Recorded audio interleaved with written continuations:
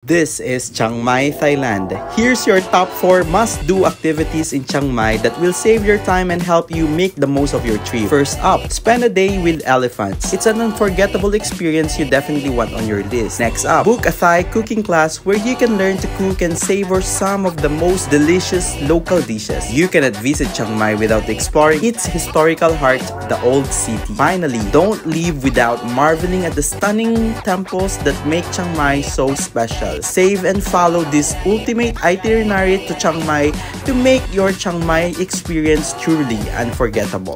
Good morning, Kawander from Chiang Mai. So for today's video ay mag-cooking class nga tayo. Nag-avail tayo via Klook ng cooking class. Ang pangalan niya is Baan Cooking Class. So yung details nito sasabihin ko na lang mamaya. So kanina 9 AM sinundo tayo dun sa Old City na hotel natin sa may Tapay Place. And bali join in class to. 6 yata kami sa group. So ang first stop natin is dito sa isang local market nila dito sa Chiang Mai.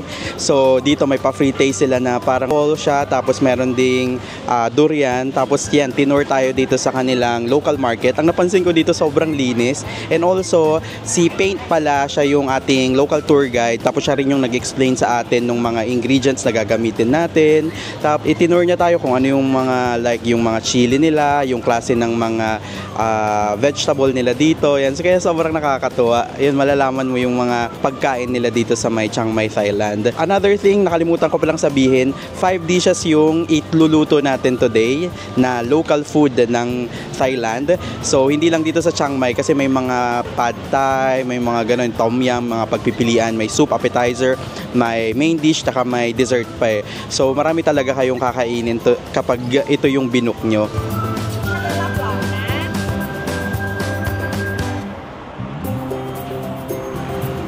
So andito na tayo sa Baan Farm.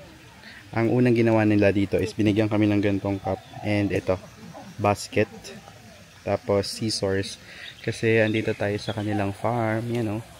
Kukuha tayo ng mga local ingredients nila. Yan yung mga kasama natin.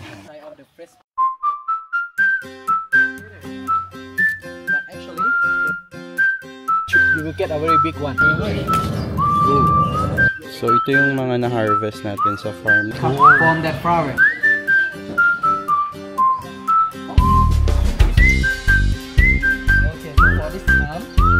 So ngayon, tinuro sa atin kanina, 'di ba, kung paano magluto ng soup natin. So khao soi soup yung luluto natin.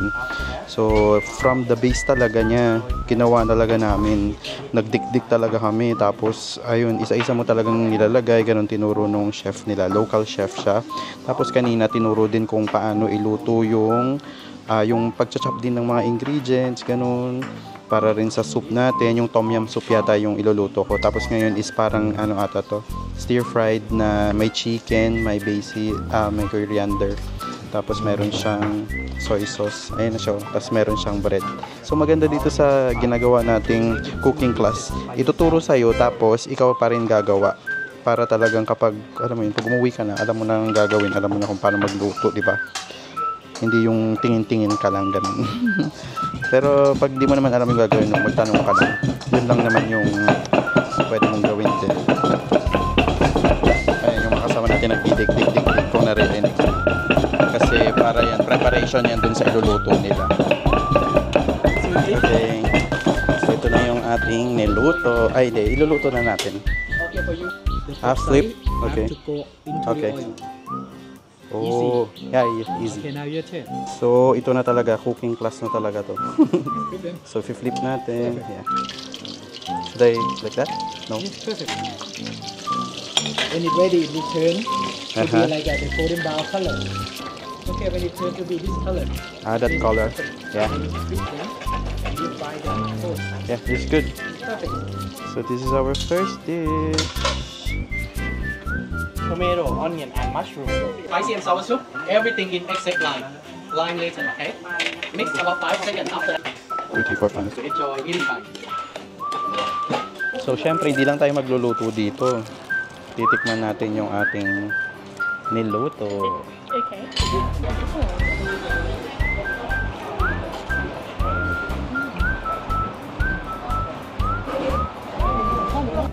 fairness, yung hanghang niya dito kasi sobrang maanghang.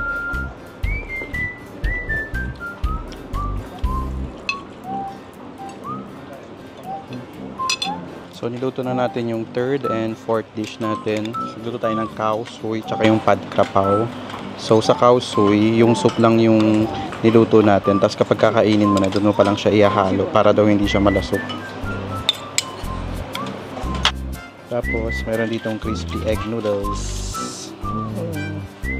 Is it okay? Yeah, it's good. Curry, yeah, I like curry. Have you tried cow soy? Yeah, this is my first time, yeah. And it's so famous here in northern Thailand. Like later? No? I also like Indian food, maybe that's why. Yeah. Because it's curry, based in curry. Yeah, and there's a masala. They put, sarap nitong cow soy. Grabe. I think ito na yung pinakamasarap kong natikman na pagkain ng Thailand.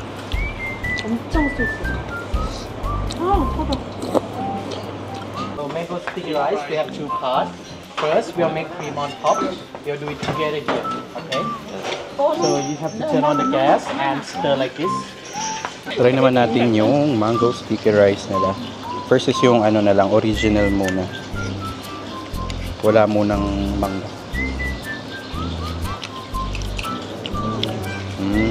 Okay. Pwede ka din. Ano naman natin yung pandan.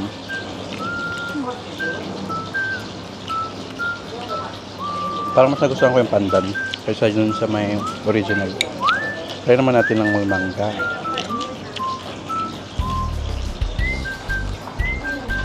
Panalo talaga yung mangga nila dito sa Thailand. Kung nag-Bangkok tayo, di ba? Nag-mango sticky rice din tayo doon. Panalo. Sarap nung mangga nila. Dito rin sa Chiang Mai, sarap.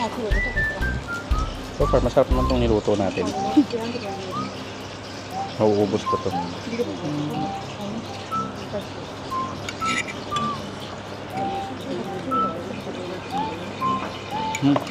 Hi ka-wonder! So, tapos na yung Thai cooking class natin. Ang rate ko dito, yan, 10 out of 10. This is one of the must try na activity dito sa may Chiang Mai, Thailand. Kasi talagang authentic yung, alam mo yun, yung may experience mo from dun sa local market nila, itutour kayo, tapos i-explain mismo ng isang local Thai yung mga ingredients ng iluluto nyo. Tapos nakakatuwa pa, meron pa silang sariling farm, dun pa kayo kukuha ng mga ingredients, ganun.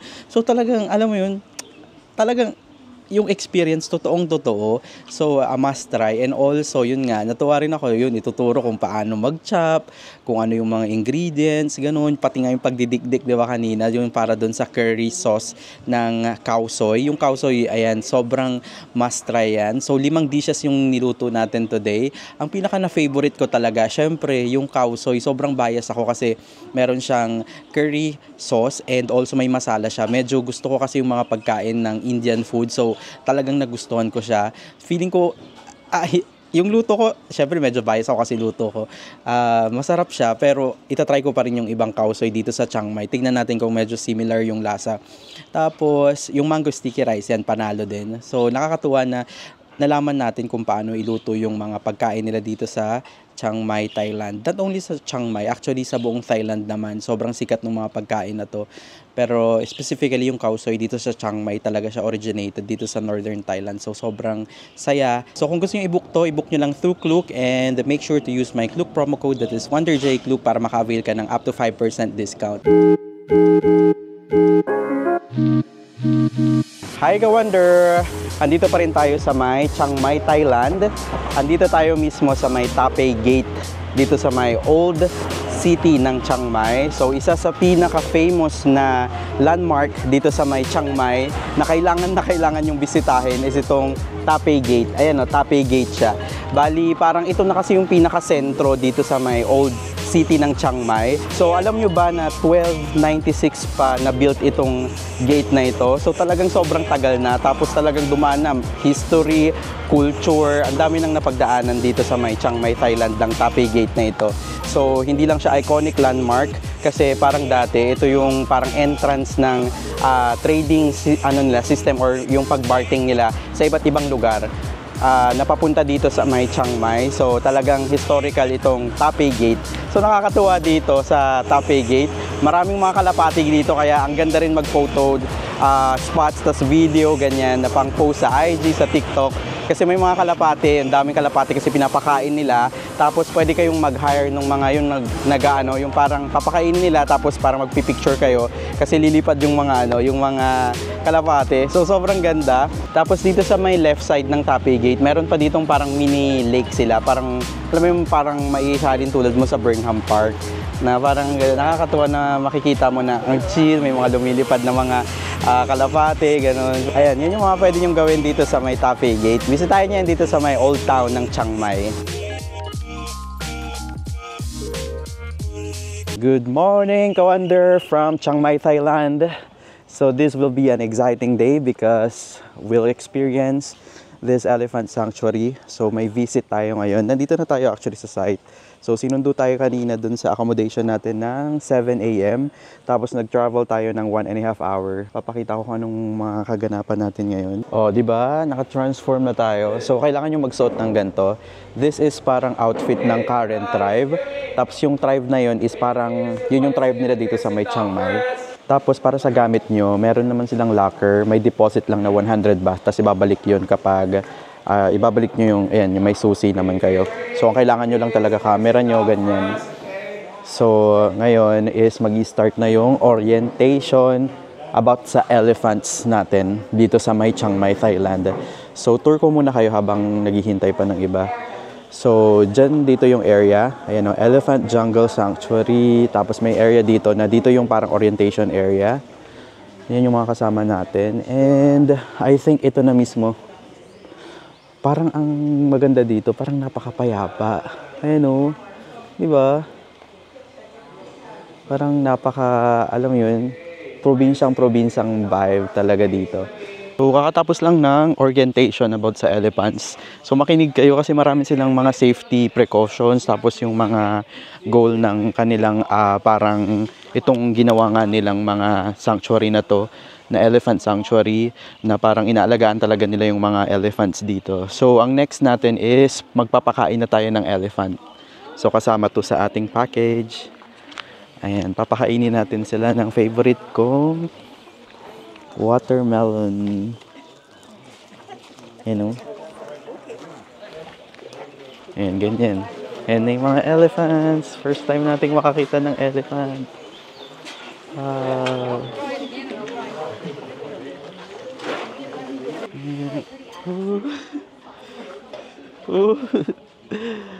Cute. Thank you.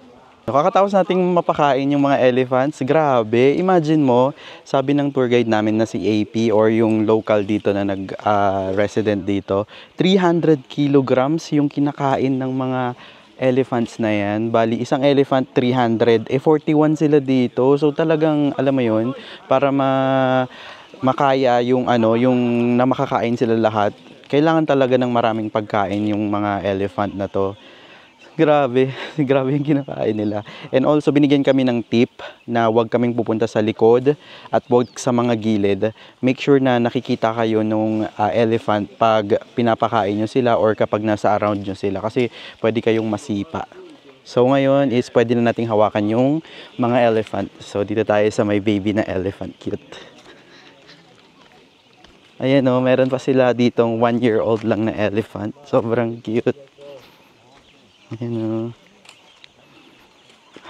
Cute. So, punta tayo up close. Ayan o, kumakain sila. That's the baby elephant.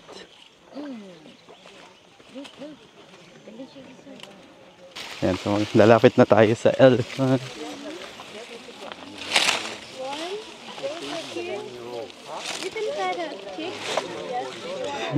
Yeah? Okay. Can I touch here? The cheek. But the one of the ear. How about here? So big. Cute. Thank you. Yes, you're welcome. Nakakatakot sila kasi ang laki nila. Ayan o. Pwede nyong hawakan yung kanilang cheek. Tapos pat-pat lang ganun. Basta huwag kayong pupunta sa likod. Ang cute. Tapos may nag-a-assist naman dito na guide. Sila yung magpipicture. So libre lang naman din yun. Yan pa yung ibang mga elephants. So lapitan natin siya.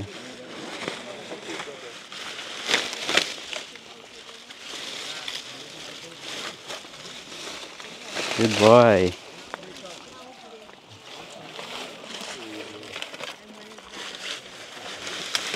Yan na, pwede siyang hawakan sa ganyan. Okay, next part ng ating tour is cooking class for the elephant food. Everybody have to say computer.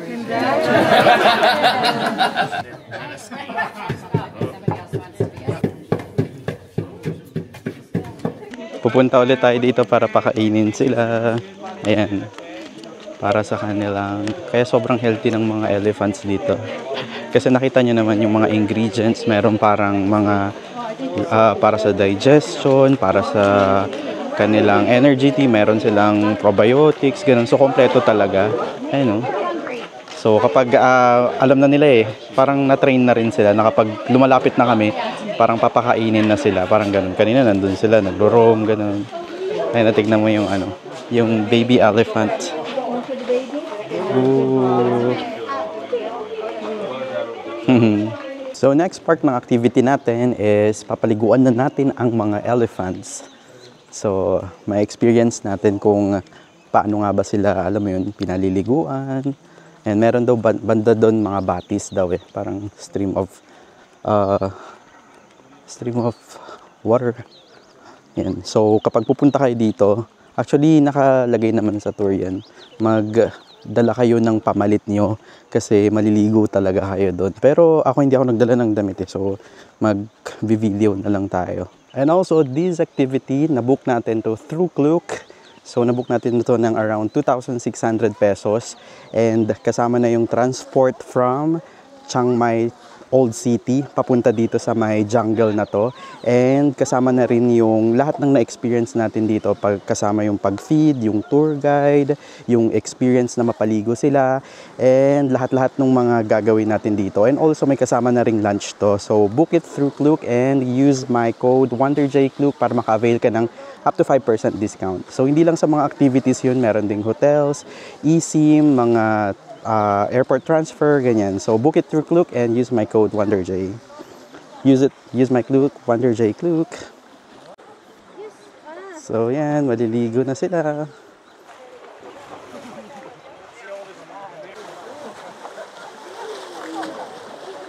So, yung pagpapaligo sa mga elephants, part pa rin yan ng tour. Kasi syempre, di ba, hindi lang naman tayong mga tao yung dapat naliligo. So, nakakatuwa na, alam mo yun, pinapaliguan din sila. Tapos, parang, alam mo yun, sanay na rin yung mga elephants Yan, sobrang masaya din yung mga elephants na naligo sila. Kasi syempre, yung weather din dito sa Chiang Mai, tropical country kasi ang Thailand.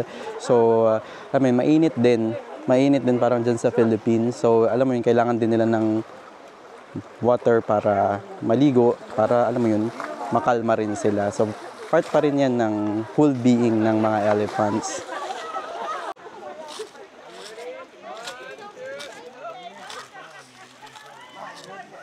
So after nilang maligo, magduduwi rin naman sila. So isa sa mga ginagawa ng mga elephants is maglaro sa putik. So ngayon mads pa daw ang tawag nila sa mga elephant na to sa ginagawa nila. Yan na sila, alam na nila, yan dumiretso sila sa, parang ginawa nila dito ng parang mini swimming pool ng mga elephants. Ganda. Yan sila. Actually, this activity, itong Elephant Jungle Sanctuary activity dito sa may Chiang Mai, sobrang chill lang niya. Kasi alam mo yun, parang mag-spend time ka lang with the elephants, ganun. Tapos parang yung kung paano mabuhay yung mga elephants is yun yung gagawin nyo. Tapos generally nga yung mga kasama natin is parang siguro mga 80% mga matatanda. Yung iba senior, ganun. Parang konti lang yung mga batang, alam mo yung ka-age group ko na pumupunta. Pwede siya, perfect din siyang activity pang family, ganyan. Tapos para sa mga senior citizens. Kasi hindi talaga rin sila mapapagod. Kasi dito lang, ito na yun eh. Itong malawak na area na to. Ayan o, makikita nyo. Ayan. Dito na lahat gaganapin yung activity. From dun sa pagpapakain, paggawa ng pagkain nila, bonding with the elephants, ganun, pagpapaligo, tapos yung mud spa, dito na lahat gagawin. So, fun activity talaga lang ito. Parang sobrang chill lang. So, last part nung ating tour dito sa My Elephant Sanctuary is lunch. So, okay naman yung lunch nila, pero mostly mga vegan. Tapos may na-meet pa tayong taga New York. So, ano sila, nagta-travel sila. Marami sila eh. So, nakakatuwa rin na makamit ng ibang mga travelers. Natutuwa naman din daw sila. Yan, shout out sa kanila. So, last part is nagbigay rin sila ng gantong brochure. Tapos meron dyan yung, kasi may free pictures and videos tayo. Meron silang QR code and para ma-download nyo. So, basically, yan na yung ating tour ng Elephant Jungle Sanctuary dito sa Chiang Mai, Thailand. So, sana nag-enjoy ka. Hi, Ka-Wonder! We're still here in Chiang Mai, Thailand. So nasa Old Town pa rin tayo ng Chiang Mai. So for today's video ay mag-tutor tayo ng mga mapupuntahan nating mga temples dito sa may Old Town ng Chiang Mai. So first thing, nandito na tayo kaagad. Kasi dito sa may Chiang Mai, napakarami nilang temples talaga. Kaya parang kada kanto meron kayong makikita. So itong mga pupuntahan natin, itong mga malapit lang sa area natin dito sa may Old Town. So siguro mga 50 meters away lang to dun sa ating hostel. Lumabas lang tayo. So ito yung first stop natin. This is the Wat Chang Mun. Ayan o, built 1296 to 1297. First royal temple built in the vicinity of Chiang Mai ancient city. Okay.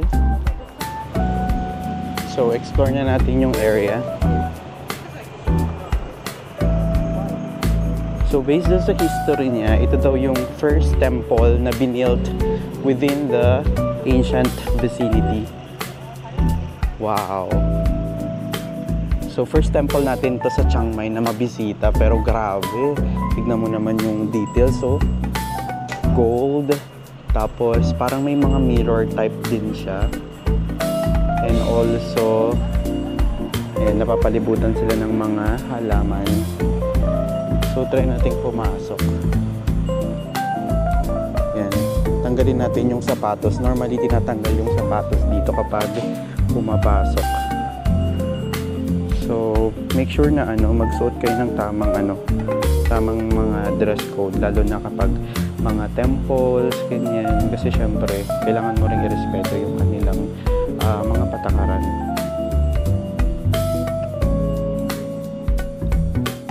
So, dun sa first temple, ayan, maganda. Malawak din siya. May mga areas din doon na pwede kayong tumambay, ganyan. Kasi, usually, yung mga, dito, mga temples yan, napapalibutan sila ng mga puno, tapos may mga benches din doon na pwede kayong tumambay. So, make sure lang na, syempre, respetuhin nyo yung lugar kasi sagrado yung lugar, bawal magkalat, mga ganyan. Ang maganda doon, makikita mo talaga kung gaano kaganda yung pagkakagawa, yung mga intricate designs nila, ganyan, talagang wow. Tapos yung may mga gold plated pa sila na parang kapag natatamaan ng araw, talagang kumikislap talaga siya. So wow talaga. So napawawa ko dun sa una nating temple. So time check dito sa may Chiang Mai, it's 12:30. Ayan, kung mapapansin nyo, medyo hindi pa busy yung mga tao dito kasi parang nabubuhay din to kapag gabi, ganun. Kasi syempre kapag gantong oras naman, sobrang init. Kaya siguro yung iba, natambay lang sa kanilang accommodation, ganyan. Yung iba hindi talaga nagtutour or yung iba nasa labas ng Chiang Mai. Kasi maraming mga day trips na pwede nyo puntahan dito sa may Chiang Mai na pwede siya sa day trip, like yung pumunta tayo sa may pumunta tayo sa may Chiang Rai, di ba? Nag day trip lang tayo from Chiang Mai. So medyo mainit. Tapos mapapansin nyo dito sa may Old Town, grabe, parang tabi-tabi rin yung mga coffee shops. Kasi di ba, nakwento ko nga sa inyo, yung mga coffee nila dito sa may Chiang Mai is the coffee capital ng Thailand, di ba? So marami talagang mga coffee shops dito kasi perfect yung weather, yung location, nasa mountainous area siya dun, tapos yung soil type sa paggawa ng coffee beans. So ayun, maraming mga coffee shops din dito sa may Chiang Mai.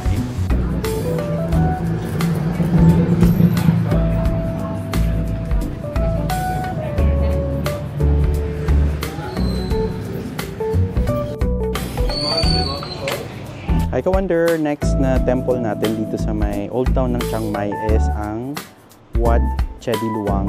So, ang entrance fee dito is 50 baht. So, mga siguro around 80 pesos, mga ganun. Tapos, medyo strict talaga sila sa ano dito, yung suot. Like, kapag sa babae, kapag naka-skirt ka, kailangan mong mag-rent nung ano nila. Parang may pinaparent sila ng mga sarong, parang ganun. Tapos for boys, okay lang naman naka-shorts. May mga nakita naman akong naka-shorts. Huwag lang siguro nakasando. So tara, explore na natin yung area. Around 14th century pa nagawa tong ano na to, temple na to, itong Wat Chedi Luang. Tapos dito sa temple na to, hindi pwedeng pumasok yung mga babae. Ayan, itong unang temple na bubungan sa inyo sa bandang entrance. And basahin natin kung bakit. Ayan, no? Men only. Men only. So, mapo muna ako mga ka-wonder. Nakaikot na tayo dito sa may Wat Chedi Luang. Bali, nabasa ko nga doon kanina. Itong Wat Chedi Luang, pillar talaga siya ng Chiang Mai. So, pinupuntahan talaga siya ng mga Buddhist. Actually, yung kanina pala, yung pinuntahan nating temple, yung dun sa harapan ng Wat Chedi Luang, yung after ng entrance, bawal talaga yung mga babae doon kasi ang dahilan nila kasi yung mga babae nagme-menstruate sila or parang nire-regla sila, medyo sagrado yun sa part na yun, sa part nila yun, sa temple na yun. Ewan kung bakit, pero hindi lang siya bawal sa mga babae, bawal din siya sa mga lalaki na hindi daw appropriate yung suot. Yun yung nakalagay doon. Kasi kapag pumasok ka doon, parang magkakaroon ka daw ng social inability. Parang ganun daw yung... Pumasok din tayo kanina sa isa pang temple. Grabe. Yan yung isa sa pinakamalaking temple na nakita ko dito sa may Wat Chedi Luang, dito sa may Old Town. Massive talaga, ang laki. Tapos sa likod nung temple na yun, makikita mo yung parang relics nung mga tira-tira na siya, parang made of brick siya. Tapos kasi nung 14th century pa nagawa itong ano na to. Nung 14th century pa siya nagawa. So nakita ko parang medyo may mga natuklap na, tapos parang pinalitan na siya ng bago para siguro maano siya, ma-renovate lang. Tapos ayun, parang 4 corners siya. Tapos dito rin sa may Wat Chedi Luang na area, nakakita rin tayo ng reclining Buddha. Hindi lang sa may Bangkok mayroong reclining Buddha. Meron din dito sa may Chiang Mai. Dito lang yan sa may Wat Chedi Luang. Anyway, tip ko pala sa inyo kapag magta-travel kayo or pupunta kayo ng mga temples dito sa may Thailand, mas okay na mag-crocs na lang kayo o mag-berg or any chinelas, ganun. Kasi every bago kayo pumasok dun sa mga temples nila is pinapatanggal din yung sapatos or yung suot mong footwear. So, alam mo yun, para mas maging strategic na lang, iwas din sa patid, ganun, mag-chinelas na lang kayo. Kasi ako nakasapatos, so medyo hassle. So, imagine mo kada pasok mo, tatanggalin mo, tapos ka ulit. Pati nga sa toilet ganun, pinapatanggal yung sapatos. Though sa toilet may provided naman na chinelas. Anyway, ito yung second na temple natin dito sa Old Town. Lapit lang nito siguro pag dun sa Taipei Gate, which is yung pinaka-landmark din dito na famous, siguro mga 10 minutes walk lang to. From dun sa hostel natin, chinek ko kanina, 15 minutes walk siya So ngayon naman is, ang next natin, pinakalas natin is sa may Wat Phra Sing. So nag-search lang kasi ako ng top 3 na alam mo yun, kasi napapalibutan ng temples yung Chiang Mai. So nag-research lang ako kung ano yung top 3 na pwede nating i-explore na must visit talaga dito sa Chiang Mai. So ito yung mga yun. Wat Phra Sing. Ang init, girl. Oh my gosh, this is it. May entrance fee ba dito? Hi ka-wonder, so last na temple na bibisitahin natin dito sa Chiang Mai Old City is dito sa may Wat Phra Sing. Hindi ko alam kung tama yung pagkakabasa ko na murder na naman. So entrance fee dito is 50 baht. Pero sa pag-entrance lang yun ng parang temple nila. Pero ako hindi na ako pumasok. Actually, meron ding mga walking tours around Old City via Klook. Pwede nyo i-book doon and use code WonderJKlook para maka-avail ka ng up to 5% discount. Ang maganda doon is meron na kayong local guide na talagang mag-e-explain tapos malalaman nyo talaga kung ano yung history talaga. Kasi tayo, basa-basa lang, research yan. Pero kapag nag-avail kayo ng walking tour, pwede nyong matanong kung ano yung significance or ano ba yung story ng temple na to or yung pupuntahan, mga ganun. So yun yung advantage naman kapag nag-avail kayo ng walking tour. Ayan, ikutin na lang natin itong temple na to, Wat Phra Singh. Ganda. Wow. Normally sa likod ng temple meron silang parang another Buddha. Tapos ito yung nag-e-entrance lagi. Parang merong mga, hindi ko na kung dragon pa to. Pero tignan mo naman yung details kung paano nila ginawa. Oh, diba? Tapos isa-isang kinulayan. Para siyang made of concrete. Tapos kinarve nila. And meron silang mga nilalagay na iba't ibang kulay na mga mirrors. Or hindi ko alam kung mirror or porcelain. Kasi kumikislap-kislap siya. Grabe, no? Ganyan kagaganda yung mga temples dito, kaya binibisita talaga siya. Wow, look at that. Gold plated siya, oh, ganda. Ganda ng effect ng cloud sa taas. Hi ka-wonder! So tapos na tayong mag-explore ng mga temples dito sa may Old City ng Chiang Mai, Thailand. So far yung top 2 na nakita kong pinakamaganda talaga nakita ko is yung Wat Che Diluang, and also pangalawa is yung Wat Phra Singh. So medyo hindi ko alam kung tama yung pronunciation ko, pero anyway, kapag extra time nyo talaga dito sa my Old Town, don't miss na i-discover or i-explore yung mga magaganda nilang temples, kasi yung sa details pa lang nung mga kung paano nila ginawa. Tapos imagine mo yung ibang pinuntahan natin 1200s pa nagawa, yung iba 14th century pa. So imagine mo na lang yung pinagdaanan ng history, yung pinagdaanan niyang mga pinagdaanan ng mga temples na to. So alam mo yun, part na talaga sila ng history, kaya nakakatuwa rin na ma-witness mo in these modern times yung mga temples na to.